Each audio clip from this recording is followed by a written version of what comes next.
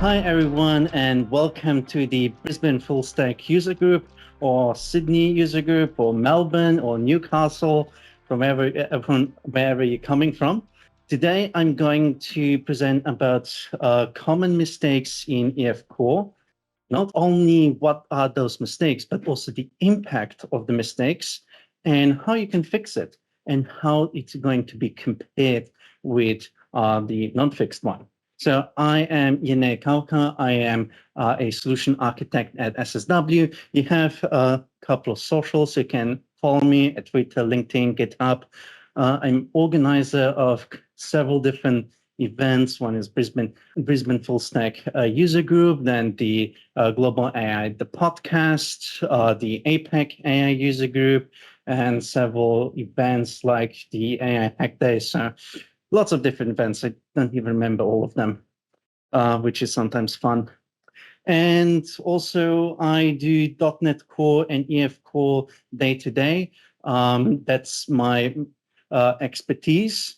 And as enthusiastically, I am dabbling in cognitive services and ML.NET. So if you go in Discord official for ML.NET, you can find me there talking about ML.NET. So we have an app for taking rewards at our SSW events. You can download via this QR code. And at the end, I'm going to show you a QR code where you can scan it for this particular presentation, and you'll be able to win some prizes. And today, what we're going to talk about is a little bit about the EF Core, a couple of competitors, just touch on that. How I'm going to show you the results, how I have determined that what we're doing is terrible and how the new changes makes it better. And then we're going to go what I call the 7 deadly sins. So these are the things that I have seen at client work, sometimes even at our own projects, but a lot of also on GitHub public projects, and how to fix them. And at the end, I'm going to just do a rapid fire of best practices that I didn't really have time to talk more about them. So, okay.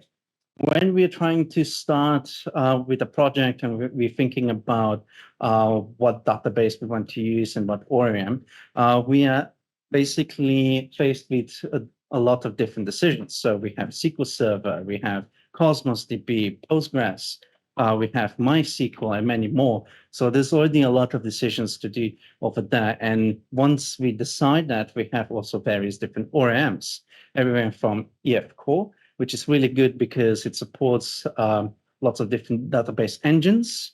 Then we have Dapper, which you can use directly with SQL Server, or you can hook it up with EF Core and use SQL Server via EF Core. Martin, if you use Postgres, it's a pretty nice library. It's almost like EF Core, just tiny bits simplified, but hopefully after this, I'm going to convince it to switch to EF Core. Cosmos DB SDK.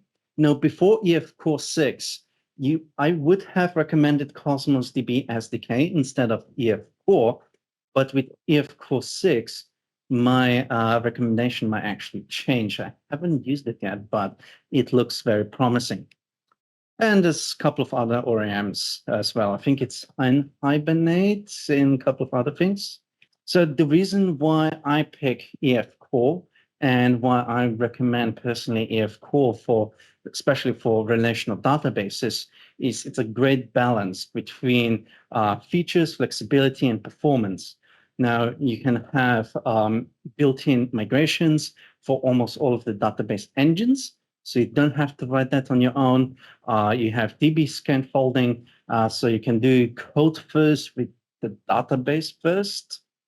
You end up with code first code, even though you basically scaffold a database. And lots of other tooling. There's a lot of utilities available for EF Core. And that gives you quite a bit of flexibility. Like you can switch to SQL Server, SQLite, Postgres, Cosmos DB. It just gives you the opportunity to just say, hey, we're going to first go SQL Server, and maybe later we're going to switch. And you don't have to rewrite the entire application. You don't need to write repository patterns in order to be able to switch to a different database. And that being said, with all of these features, and Adam mentioned temporal tables and a couple of other things, we don't get as much performance sacrifice as we used to. In a lot of cases, especially with EF Core, that they are even promising as good performance as Dapper, which usually have been the fallback if EF Core wasn't working fast enough. So it's really exciting times where we're almost having now all of the ticks green, whereas previously we had a bit harder choice where half of the ticks were green, half of the ticks were red, and then we said, yeah, enough green ticks are for this project. All right. Now, this talk is going to talk about a lot about pain and how to avoid that pain. And what I found is that a lot of issues that people had with EF Core, or they didn't know they had issues with EF Core, are easily fixed. And often that came with simpler code than the one they have written, simply because they didn't know that you could do that. And in order to quantify what all of the things they're going to show, I have done benchmarks for all of the examples, the bad as well as good. I'll have you linked a GitHub repo where there's a lot more cases that goes even more in depth for performance testing. And I also recommend you to do this yourself. When you want to improve performance of SQL queries, do benchmarks, because sometimes you may end up with worse result, even though it looks like you have written a more performant code. And I will share you some of the horrors I have seen. And hopefully you will appreciate the amount of performance will go back by just doing small changes, as well as stability improvements to the SQL Server as well as the ASP.NET Core application. All right, so what I did for benchmarks is I used two different tools. One is the benchmark.net. That one is used primarily for memory consumption, because there were 2 or 3 tests where I noticed that the memory went out of control. And I wanted to show you, hey, avoid these things because it's going to destroy your memory.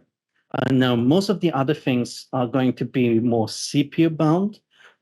So I'm using Bombardier, which is a simple load testing tool for individual URLs.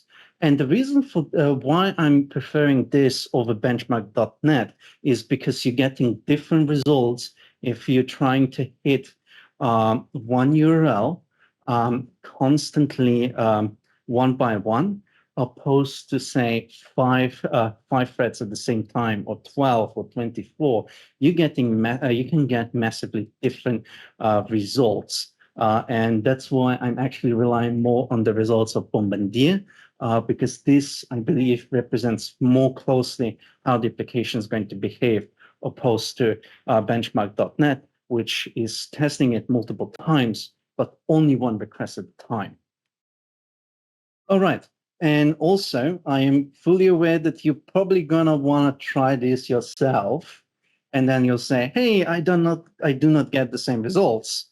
Well, here is my testing setup. So I use .NET 6 and EF Core 6, and in order to remove the variables of latency, transfer, and things like that, emulating SAFime on Azure without needing to pay thousands of dollars for the amount of performance I'm going to use, I'm using my beefy desktop instead, which is a Ryzen 9 5900X. And the reason why it's really good is because it has 12 cores, which translate to 24 threads.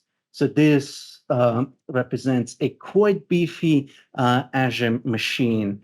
So if this machine is struggling, the machine on Azure is probably going to struggle as well. You can put multiple machines, well, you can spin up multiple machines. I cannot do that at home.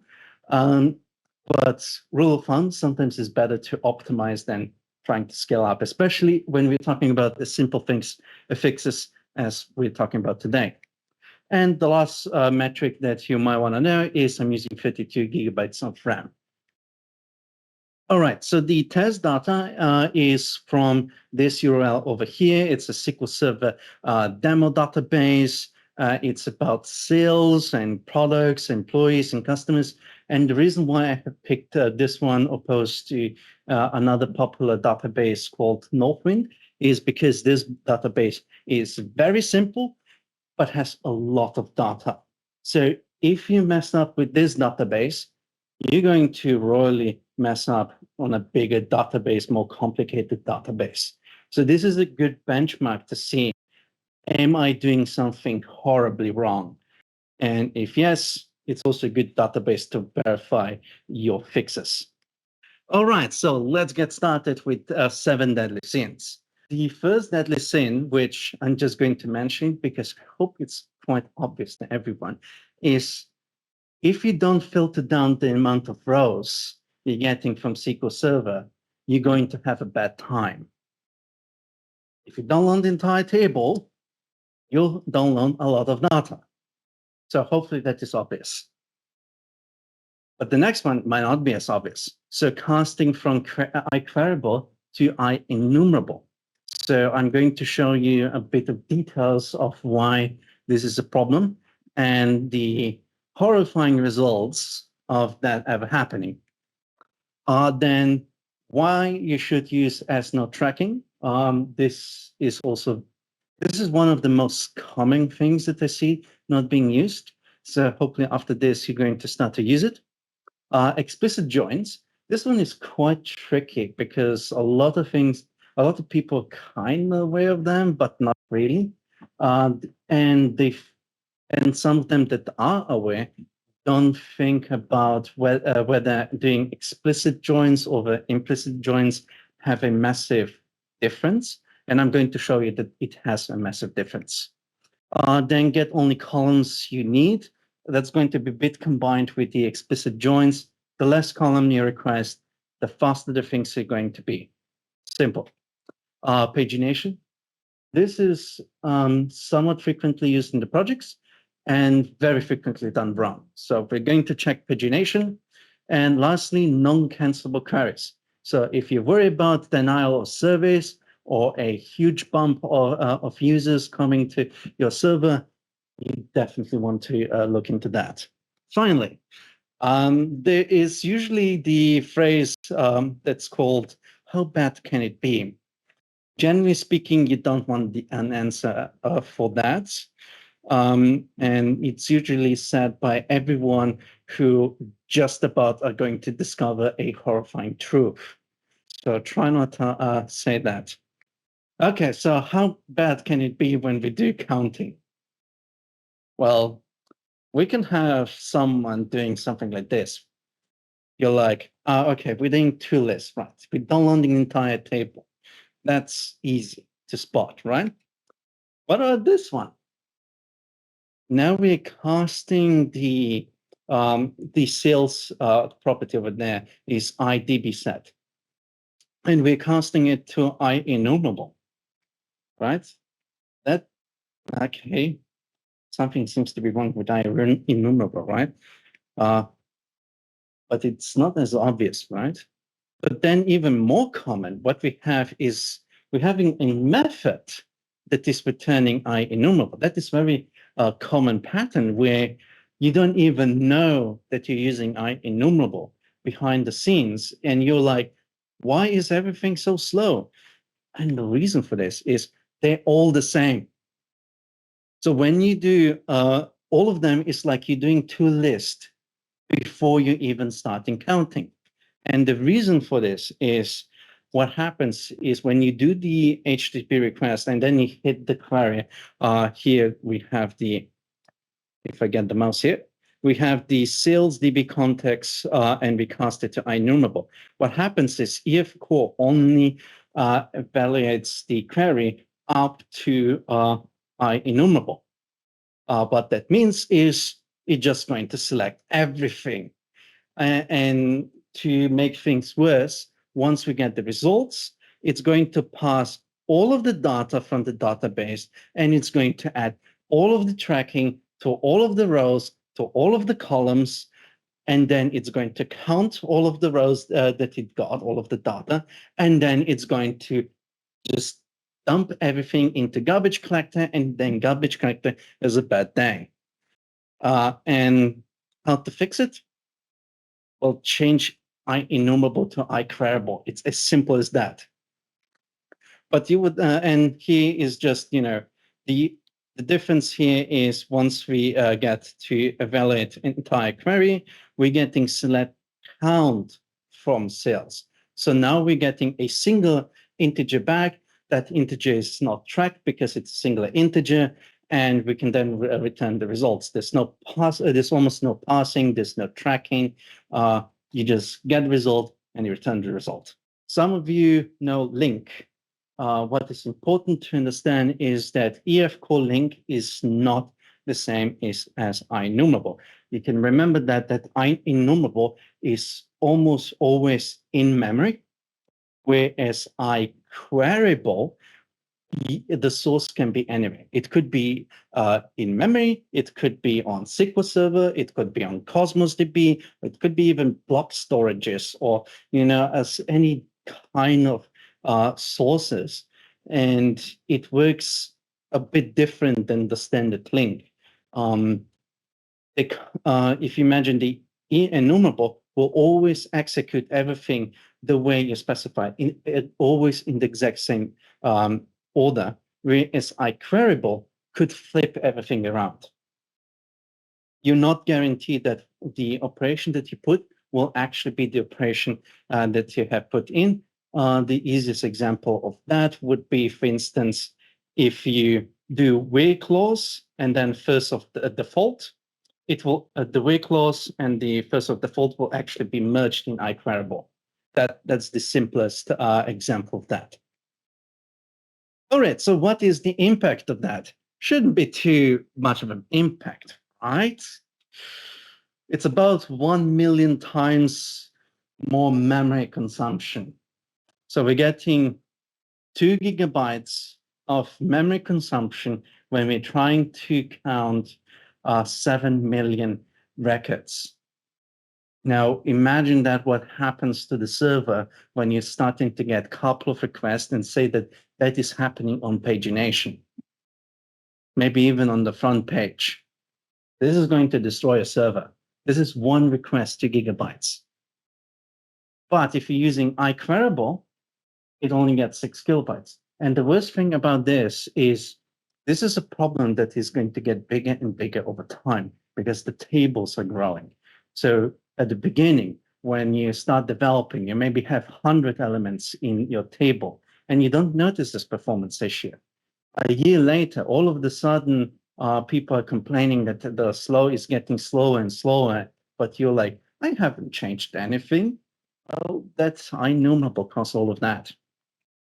And if you don't care about memory, it's 64 times faster, which is a full 3.5 seconds faster in this particular case. So that is massive. And just remember here, we have 57 seconds on average for one request. And this is doing request one at a time. And this is important because I have done load test for this. So for instance, when we did the load test and I used 5 threads, they're trying to gently ask the server, can you give me the results?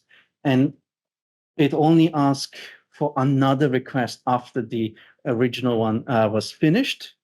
And we got 33 seconds on average, the response time. That went from 3.6 seconds to 33 seconds. So this is why it's important to do load testing and see how well your link queries actually are going to hold on in real world. So this is if you use IEnumerable. If you use IQueryable, we have 128 milliseconds. Although what I notice is that the reason why we're getting that much performance is because SQL Server, I was starting to get the problem, not the ASP.NET Core. So if I bump SQL Server, we would get even better results. Whereas in the upper result, we basically trashed our CPU as well as our RAM. Our app is completely unresponsive in the load test.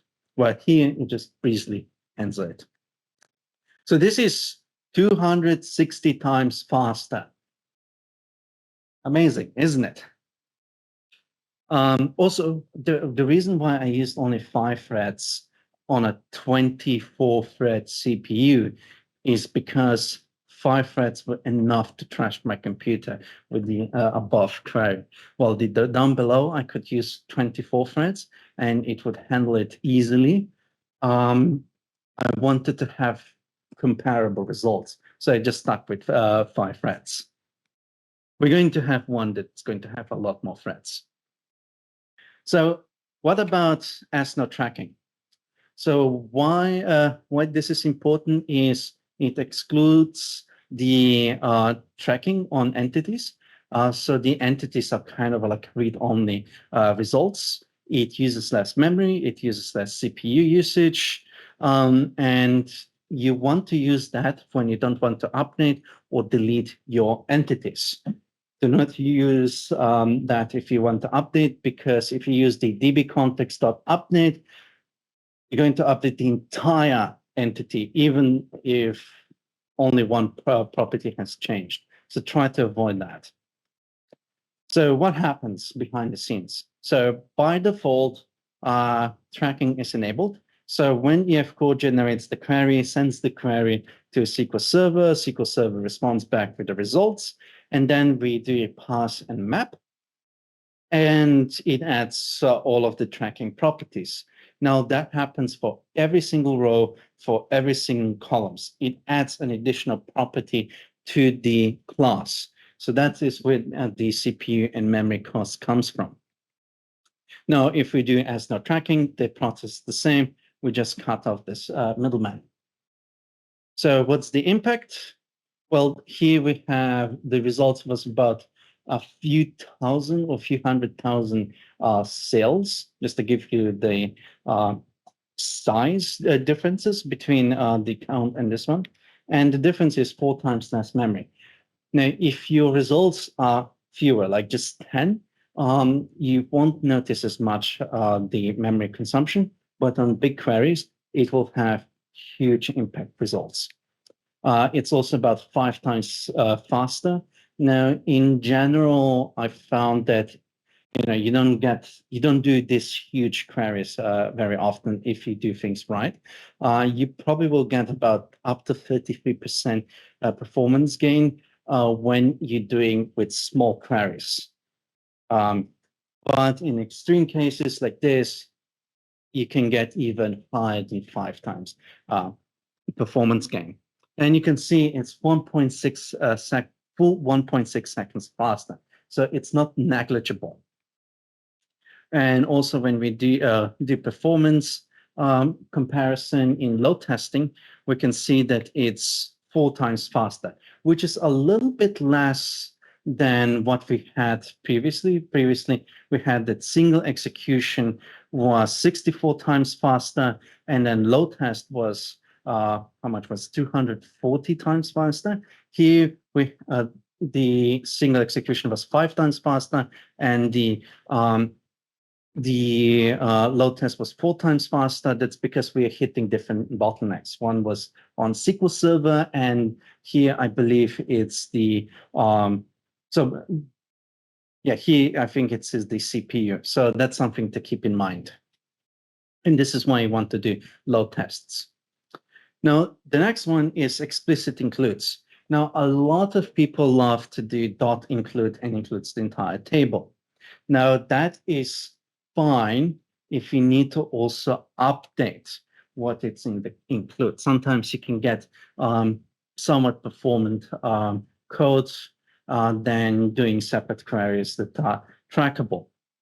But what often happens is that what developers do for read-only queries, then they sometimes forget that they no longer need to include those queries. So join tables are one of the more expensive SQL operations. And EF Core is not going to remove those.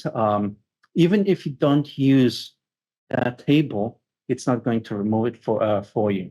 So if you have forgotten to remove it, you're paying the price for it. And what also happens is you don't always want to have all of the columns of the included table. So what you can do, I'm here a bit combining implicit includes with select.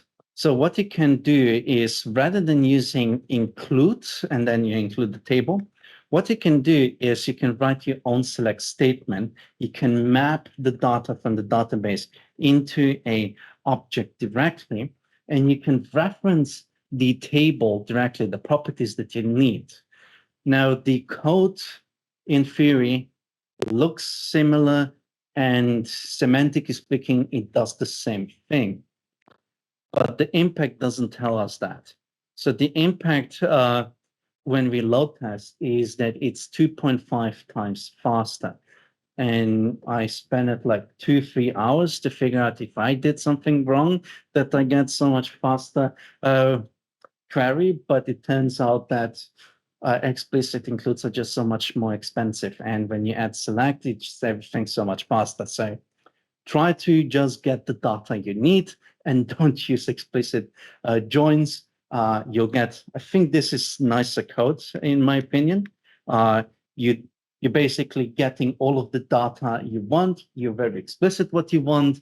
Everyone understands what you want to get, and you're getting better performance. So from my books, that's just plus.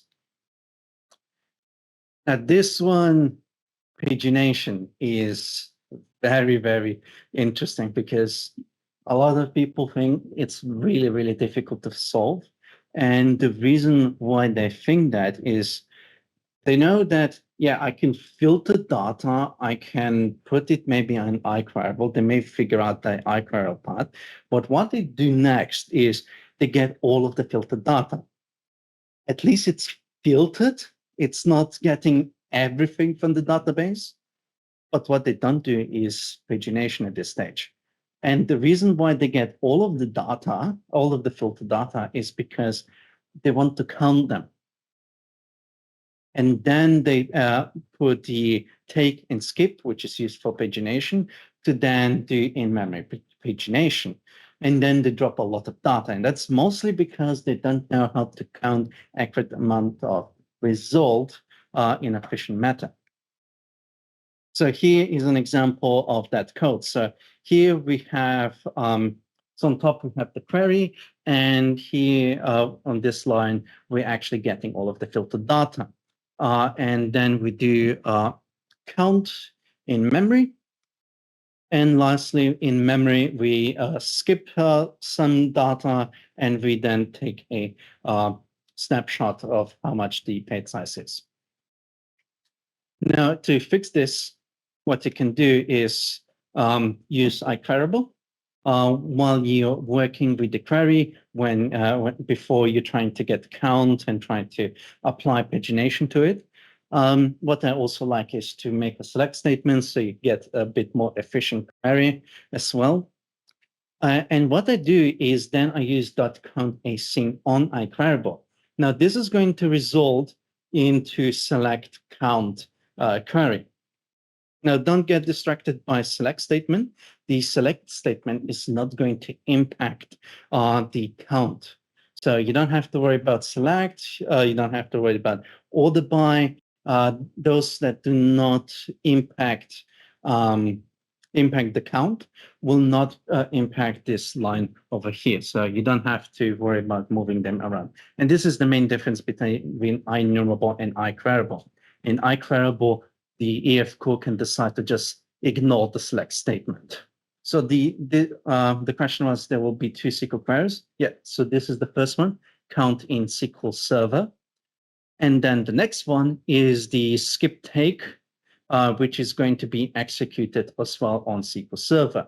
Now we're doing 2 queries, but these 2 queries are going to be significantly faster than having a single query. And here are some performance metrics. So I got about 1.35 seconds for the pagination I was doing in the load test.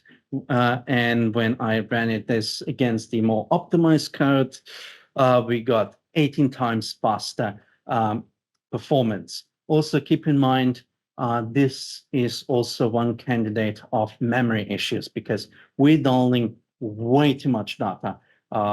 And we had one client where we started off with 100 licenses for first couple of months, and then they say, okay, let's start to import data, and we ended up with million of records.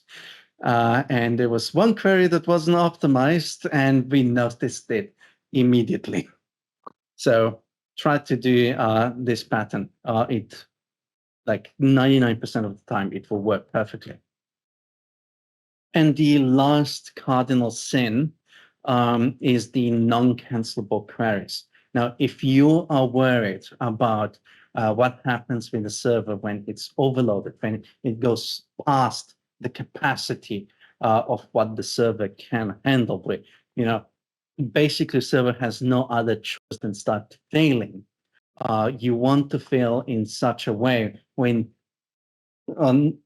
basically you can actually recover from it, not in a way where the server is non-responsive for hours or even days, because it's still processing the thing that was overloaded with even hours or days after it happened. And that usually happens is because you haven't used cancelable queries.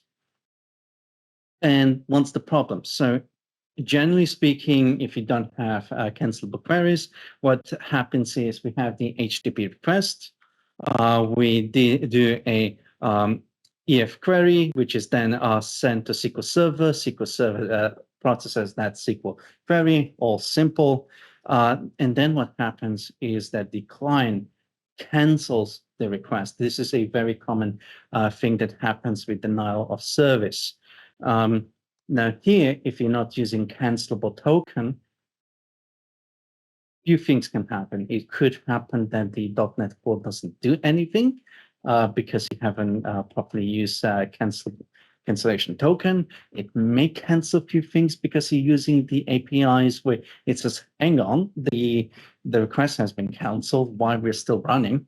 So it's a little bit of an unknown state over there once this happens. And once the result from SQL Server comes back, either because it's too overwhelmed and just say, I give up, or because it actually comes back with the result, there's 2 things that can happen. If the request is not canceled on the ASP.NET Core side, your code is going to continue running. Even though you don't have anyone to respond to, you still run it. And sometimes you want this, like if you're saving some data and you want to save that data no matter what, maybe that's the right thing to do. But in a lot of cases, when you're trying to get read-only data, this is going to cause a massive issue. And this is what usually the denial service is trying to exploit, is trying to hit URLs that results in complicated queries to write on SQL Server, basically fire and forget. They fire, cancel the request, and fire again as fast as they can. And if the server doesn't cancel those requests, they get overwhelmed really, really quickly. And that's how you can get server offline for hours or even days. Alternatively, the requests have been canceled already, and the response from SQL Server is simply discarded. Now, how can you avoid that issue? So when you're using HTTP GET, HTTP POST, HTTP PUT, and other things in your controller, you can add cancellation token in the parameter. Usually it's the last one. I just call it CT because it's nice and short. And for most of the async operation, they accept cancellation token. So once the request is being canceled by the user or by any other thing that may happen, maybe something in the middle realizes, hey, you're under attack. I'm going to drop the connections that we determine to be the attackers. This is going to be triggered, and whatever methods you're using that accept cancellation tokens may actually cancel the current processing. So what that means is, if we look at the same example as before, we do the HTTP request, we send the query to the SQL Server. SQL Server is processing the request. But the difference here is when we get the cancel request back, the EF core is like, oh, wait, I am doing something on SQL Server right now. I have an active connection. I will let the SQL Server know I don't need this anymore. Please cancel it. And what happens is that both your .NET Core, ASP.NET Core execution stops for that request, as well as SQL Server. If you forget to add the cancellation token on the SQL query, it's still going to continue on. So this is very important.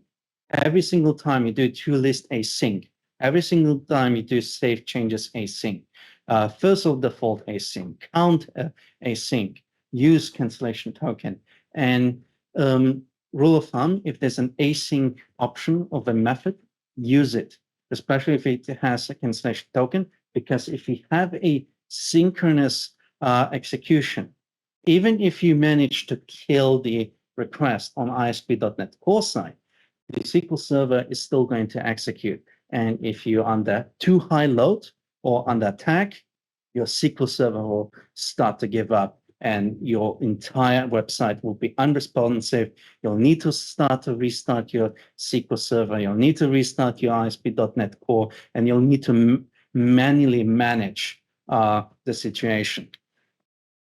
Now, the difference here, this load test is going to be a little bit different. I'm using 12 cores for 12 threads to test this. I wanted to use 24 cores, but the bad example locked up my machine for an hour and did not get results back. I mean, it was still responsive, which is really good from Ryzen, but the load testing tool and the .NET Core application, the SQL Server were fully unresponsive for more than an hour, and I gave up. I didn't get results for that. So I did it for 12, and I did got the results after 5 minutes. So it took 10 seconds to respond. So basically the timeout was 1 second. It took 10 seconds from the time it was canceled to the time where the connection was actually closed by the server. So that means it was so busy with everything going on that it didn't even have the time to close the connection. Just to give you the scale of how bad things can go. Now, if we added cancellation token, on the other hand, oddly enough, we're actually getting twice as much performance. And what happens is, I think there was something else going on here as well, but in less than 40 seconds, I actually have my computer completely responsive, everything on 0% CPU. So basically, somebody could hammer my machine. Yes, it's not going to be responsive while they're going to overload my machine. They stop the attack. A minute later, we're all good. Whereas if you don't use cancellation token, you will have to crisis manage manually and hopefully recover quickly. You'll have to figure out how to recover from that, but that's why you have cancellation tokens. All right, so we have gone through the sins that I have seen in a lot of projects and what I really want everyone to know about and try to avoid. This here are a couple of best practices that I have found. I didn't have time to actually go too much into details. I'm going to show a little bit of a code but just a few good to know things. So first off, there's things that have seen like they done toList on a result. First off, they did toList on getting a single employee. They could do dot first or default and then say whether they got a result or not. But anyways, they did toList. And then at the end, they did dot count and whether it's more than 0. So it's going to be either 0 or 1. If it's more than 1, there's a bigger problem. Now you can change this to just dot any. And this is going to be the best performance you can get. Sometimes you can do dot first or default. It's a similar performance as dot any because we're talking about really small packages coming from SQL Server, really small amount of parsing and all of that stuff. And I would recommend you to use first or default over any if you intend to use that data. If you just want to check if it exists, use dot any. Another thing that I have seen quite horrible is some people didn't know how to actually do dynamic queries. So for instance, if you have something that is optional, some of them actually got all of the data ahead of time, the ones that when optional, they weren't dynamic. And then they did a if statement, and then they filtered those optional queries. You don't have to do that. You can actually build up queries in code before sending it to SQL Server, and that will result in a more performant SQL query because you can basically say to SQL Server, hey, for this time, I need the cell ID. Can you please get me all of the results for that specific cell ID? That is part of the SQL query. If the cell ID in this case is null, it's going to ask for the entire table, which is a bad query, but it's just an example here. Now, another bonus tip that can improve your performance, but more importantly, stability, is DB context pool. Especially if you're having a SQL Server that has a lot of connections from various different applications, or if your application does a lot of connections to the SQL Server. Now, you have multiple advantages with DB context pool. One is it creates a certain amount of DB contexts, and then it starts to recycle them. You're saving up with on startup of the request. It doesn't have to constantly recreate the DB context. And when you finish up processing the request, you also don't have to work as much with garbage collector. But the most important thing here is it recycles the connections to SQL Server, which, in denial of service attack is a big deal. If there's too many connections, SQL Server starts to reject the connections, which sounds a good idea, and it is. But at that stage, SQL Server is so overwhelmed that it's probably not going to be responsive for the next 10 to 60 minutes. So you don't want to get to that point. Even if you cut all of the connections, the way we have done testing in some of the environments, it just wasn't responsive for a long period of time. So DB context pool allows you to avoid those issues. Now, quick note, the DB context needs to be stateless. Try not to put any stateful stuff in it because it's going to literally use the same one, and it's going to use its internal methods to clean up the DB context. So it's not going to use any of your own methods to do that. There are ways of doing this that the DB context pool factory if you really, really need it, but I just recommend you to not use stateful DB context at all. Now, the next one is something that I'm quite passionate, is logging. So tag with allows you to basically add a tag, a comment to any of your queries, and that query and that comment is going to be visible in your SQL query. That means if you have a SQL profiler, or you have application insights, or anything that actually is able to get the actual queries that have been executed, you can basically trace back to the code that it called it. Now, in .NET, in EF Core 2.1 and earlier, you had problems that one query actually translated into multiple queries. And there's actually a way of doing this in EF Core. And sometimes you do this for performance reasons because multiple queries might be faster than one. And when you do .tag read, you can actually see if it's split up into multiple queries. You can then see that it's coming from a singular EF Core query. It basically allows you to track more easily from where all of the stuff is coming from. Another thing that made .NET 6 much easier is bulk processing in chunks. I noticed there's a little bug in there, so if anyone is eagle-eyed, might notice it, but the code, the structure of the code is still correct.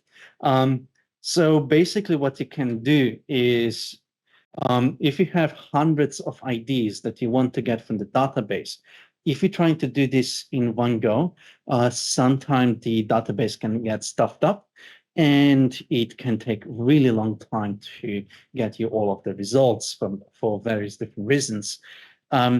But what you can do is you can actually chunk them up, those IDs to say 10. That really depends on the performance of the SQL Server. Some more powerful machines might handle more efficiently, say 20 or 30. Some weaker actually prefer 5. It's not exact science as far as I have seen in practice, but 10 is a good number, 10 is a good number to start.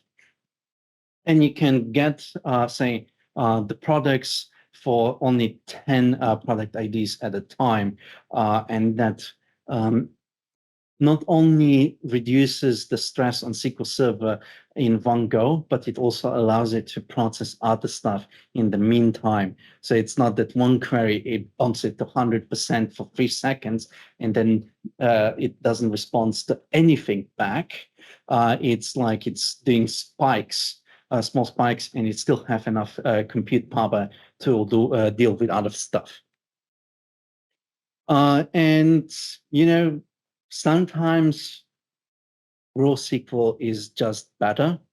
Now, I will say that avoid it as much as you can, because if you use raw SQL, you're losing a lot of good features, like when you do migrations of property names, you lose IntelliSense, you lose a lot of features with this if you use raw queries.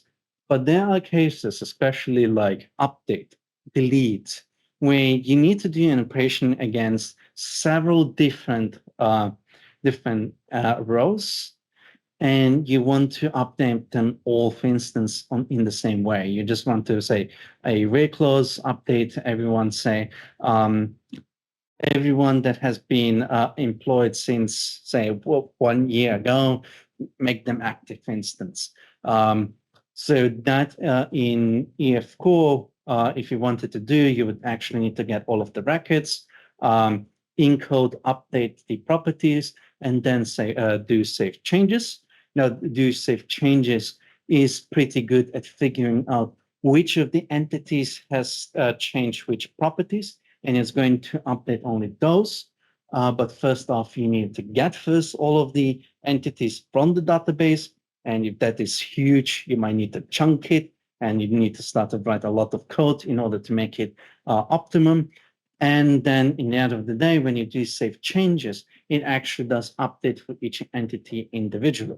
Now, it does send it as a one SQL statement with multiple lines, but it does send each individual entity separately. So in that particular case, for instance, if I'm expecting that I need to update hundreds of employees, and this is going to be a frequently used method, you might consider using SQL Server. Just try to reduce it to the minimum and try to separate it in a way where you can easily update it if some other changes coming. For instance, you're changing from SQL Server to Cosmos DB or to Postgres, that you can update that particular code because this code is no longer going to work in that particular case. All right, so key takeaways. First, do not use IEnumerable. It's almost like you want to download the entire table. Every single time you use IEnumerable and you have link queries anywhere near it, be skeptical about that IEnumerable. In all of the other cases, I strongly recommend IEnumerable, just not this one. Use IQueryable. AsNoTracking, use it as much as you can. This is almost free performance for read-only queries. Just be careful when you're doing updates on your entities. Sometimes when you do classes, and you're trying to do, say, get sales, and you're trying to optimize it, and then you do that .AsNoTracking, and then all of a sudden you have a bug that there's one page that doesn't want to update sales. You maybe want to double it up, and one is tracking and the other one is not, so that you avoid that issue. Unfortunately, the APIs does not allow you currently to re-add tracking.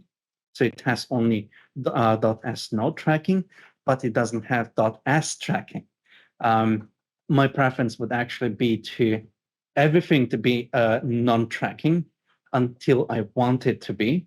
But right now it's the reverse. You need to say what doesn't have to be tracking. And I hope you all agree that most of the performance improvements that we did actually made the code a little bit simpler, a little bit more readable, but we gained insane performance improvements, anywhere from two times the performance improvements all to 260 times. And we're not talking about massive changes. In fact, some people say you shouldn't do premature optimization. I would say that in this particular case, it's not premature optimization. It's actually, I wouldn't really say ignorance. That would be a bit harsh. But I would just say it's not following best practices. And I believe we all should follow best practices, especially when you don't sacrifice the code readability. All right, so here we have some of the resources. The GitHub is the first link where you can find all of these examples and a lot more. I went to a lot more details. I've done some images with performance benchmarking on an older PC.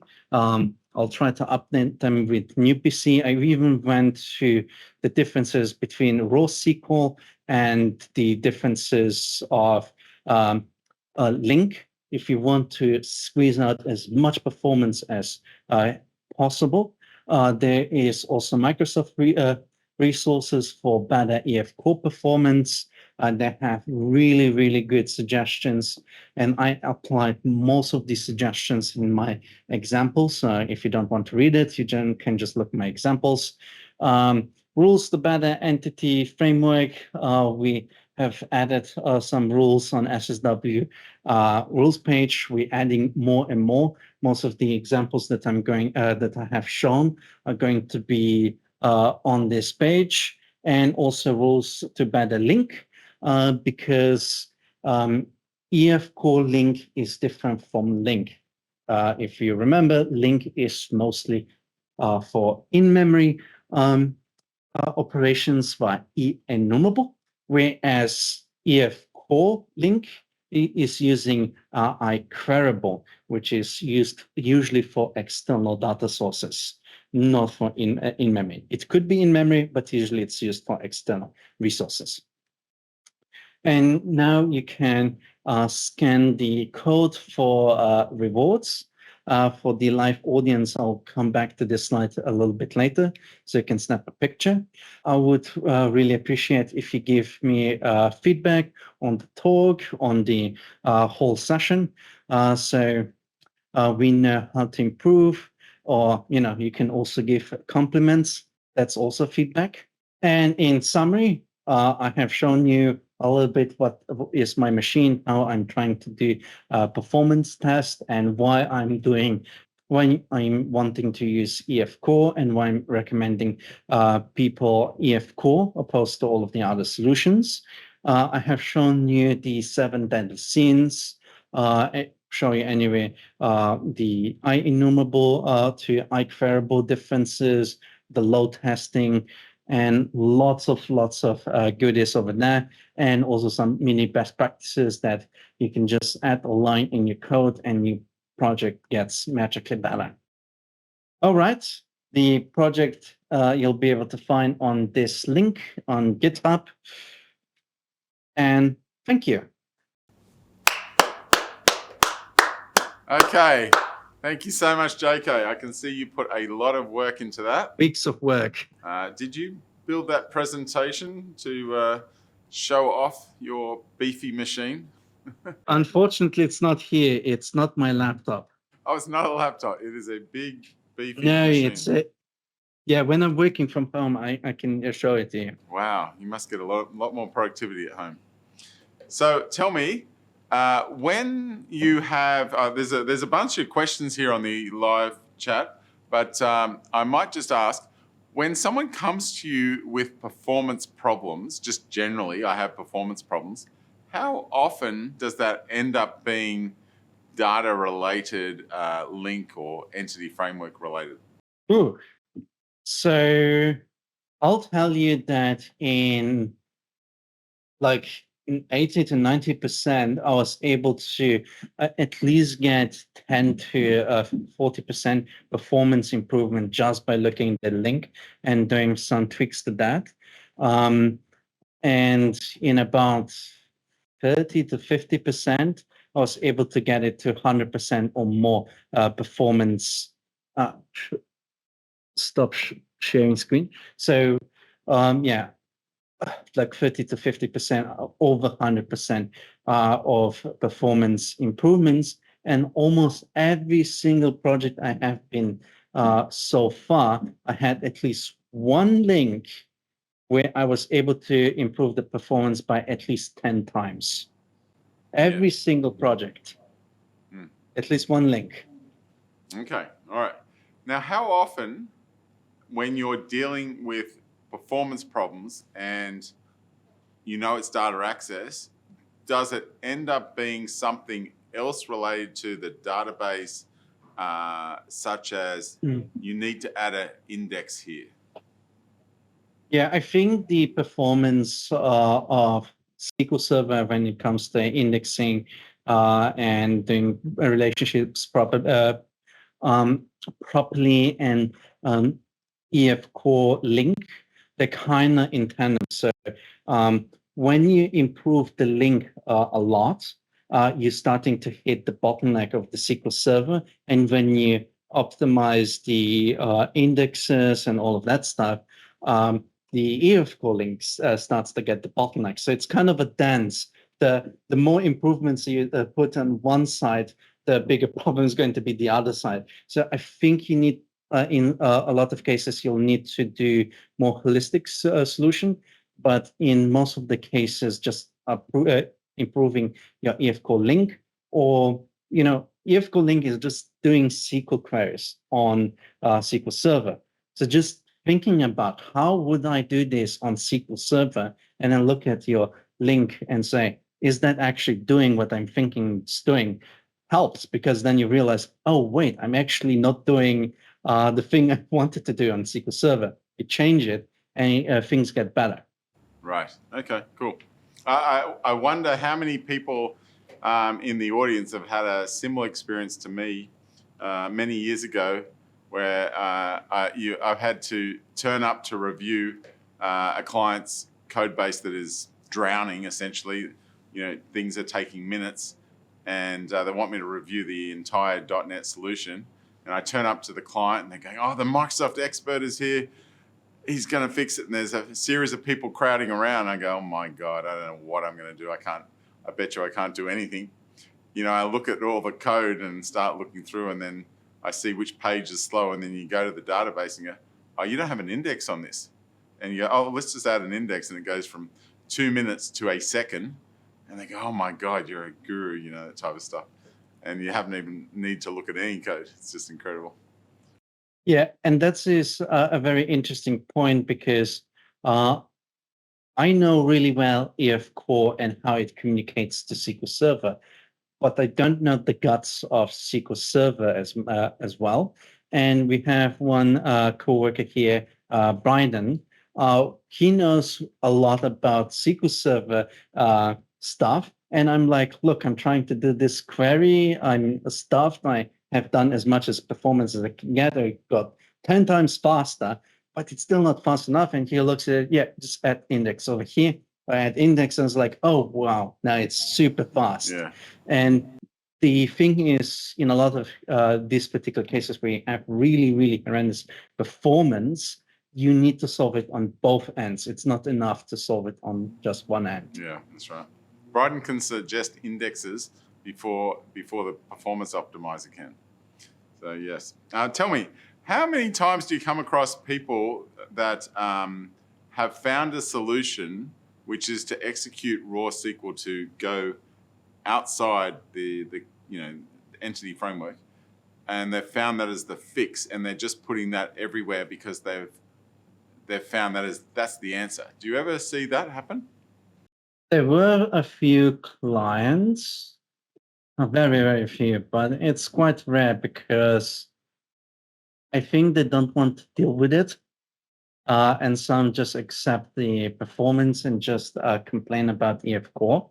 But yeah, in the projects I have been, we occasionally what we do is say, hey, this query is a huge problem. We have done what we could in EF Core. Are we okay to do it in raw SQL? It's very, very rare. Like in so many projects that we had so far, I think we had 3 queries where we agreed on doing raw SQL for a specific read-only query. So it's exceedingly rare, and sometimes it's the necessary thing. Right, yeah. Okay. So I'm going to read you a question here. Is there a difference between document DB and relational database performance with bad queries like .toList, .count? So is there a difference between document DB and relational database performance with bad queries like toList, .count? That is a very interesting question. I'll tell you that on relational databases, absolutely yes. On document side, I have done some performance work on the Cosmos DB, but it wasn't my main focus. We had Bryden working on that part, but we did notice if you're using the the partition keys incorrectly, you could get much worse performance. That's all I can tell you for now, but hopefully I'll be working more with Cosmos DB on performance stuff more frequently. Okay. Another question here. Is there an EF Analyzer plugin that you use with your best practices? Okay, so what I do is for localhost, I use Seek, which is kind of like an application inside, but for your local machine. And I use TagWidth, what I have shown in one of the bonus points, where I can tag queries with a very specific tag, and I can then easily find it in my logs. And what Seek allows me to do is actually draw me a graph of whatever I want. And then I can quickly make a graph of different queries based on tags with their performance metrics. And then I can quickly sort out based on which one are the slowest, and sometimes even which one are the least stable. For instance, they have low minimums and high maximums, which suggests that the query itself is optimized, but there are certain cases where they take really long time, and I can then try to handle those maximums. Rightio. Okay. So this one might require you to share screens and go back to your screenshot of your benchmarks. But the question is, JK, what is the meaning of Gen 0 and Gen 1 in the benchmark.net results? So that is quite technical. That is basically the garbage collector. Let me go to, I believe is this one. So here we have only Gen 0. That means that the memory has been allocated and it's going to be destroyed right away in garbage collector. So that means that the memory hasn't been on memory long enough for garbage collector to push it into a more mature generation where memory that sticks for longer usually ends up, and it's a little bit more performance intensive to clean up more older generations. So what we're getting here, for instance, is we're getting, how much is this? So 65 megabytes is constantly being created and dumped right away, whereas 19 megabytes, for instance, kind of lingers in the memory for a little bit longer. And then Gen 2, 2 megabytes, that memory lingers even longer in memory. That suggests that once you get into older generations, that might even be a memory leak for all we can tell, or it might be intentional. But here it looks more like a memory leak to me. Okay, awesome. Thanks for that. I'm going to finish off, ask you a difficult one. Let's just say you come across someone who loves Dapper and they've used it in the past and they haven't used any framework. What would you say to that person to what to use on their next project? Well, I can tell them that EF Core 6 is almost as fast as Dapper. At least that's what the claim is. I'm going to probably do a performance benchmark on that at some later date. And I challenge them to try it out and see if that is really true. Because you get a lot of features in EF Core, and if performance is no longer an issue, I would go with EF Core. Okay, so you got me on the performance, but what's a feature in there that you would use to say, hey, come over to the EF world, you'll love this? Okay, so let's start with migrations. Then we have SQL temporal tables. Then we can scan folder database, and then we can do either migrations or whatever you want. We can switch between databases. Do you want to have in-memory database, either in-memory or SQLite? We got you covered. Like, there's so many features in EF Core that is ORM specific. And, if for whatever reason, there's a case where it's like, I really want Dapper for this particular case. Dapper can actually hook up to EF Core, and you can use for that one particular case Dapper. So you can put them both together. Yes. So I'm not saying don't use Dapper. What I'm saying is use it when you need it.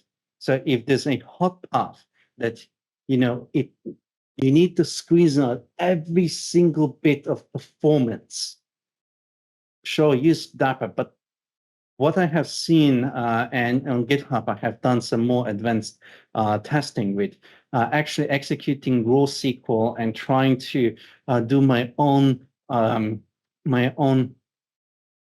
mapping, my own parsing of the data.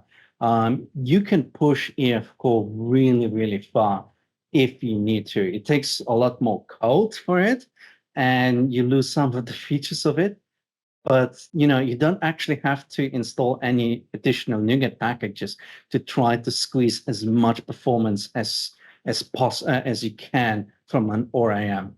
Right, and it's it's been so many years since we've had to worry about managing database schemas and things like that. So if somebody switched from Dapper to EF, they're going to lose a lot of consulting dollars because they've saved so much time.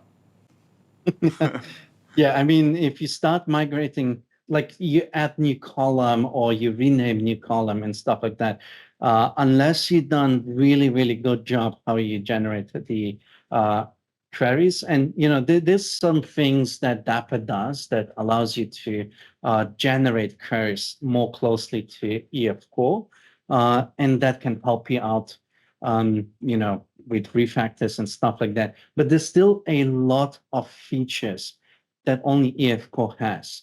And I might be wrong, but as far as I remember, Dapper only supports SQL Server. And right now we are in the world where it's like, hey, we want to try Postgres. Would our website work with Postgres? And we have only 3 days to do it. Or, hey, we want to move to Cosmos DB. There's so many different things that can happen. And with EF Core, we're right now at the place where I'm like, 3 days, yeah, that's probably enough to move to a different database engine. It depends on which one. Like if you move to MySQL, maybe not. But if you're going from SQL Server to Postgres, it's probably doable. Right. Now, just to finish off, is there any features in any framework that you long for, that you want the team to deliver? Oh, so one of the biggest thing, and one of the biggest reasons why I still recommend in some cases to do raw SQL is update and delete. We cannot say update all of this, update based on this where clause with these properties.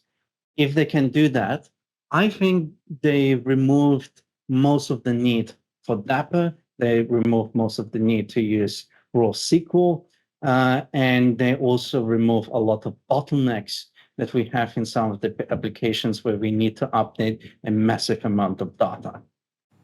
Awesome. All right. Well, thank you, JK. Thank you for putting that presentation together. Thank you for putting the rules together. Thank you for helping all the .NET guys and all the SSW guys that have performance problems. It's been wonderful. So hopefully everybody out there will put their comments down. I'm sure you'll answer them. And I will see you in the next one. This is Adam Kogan signing off for SSW TV.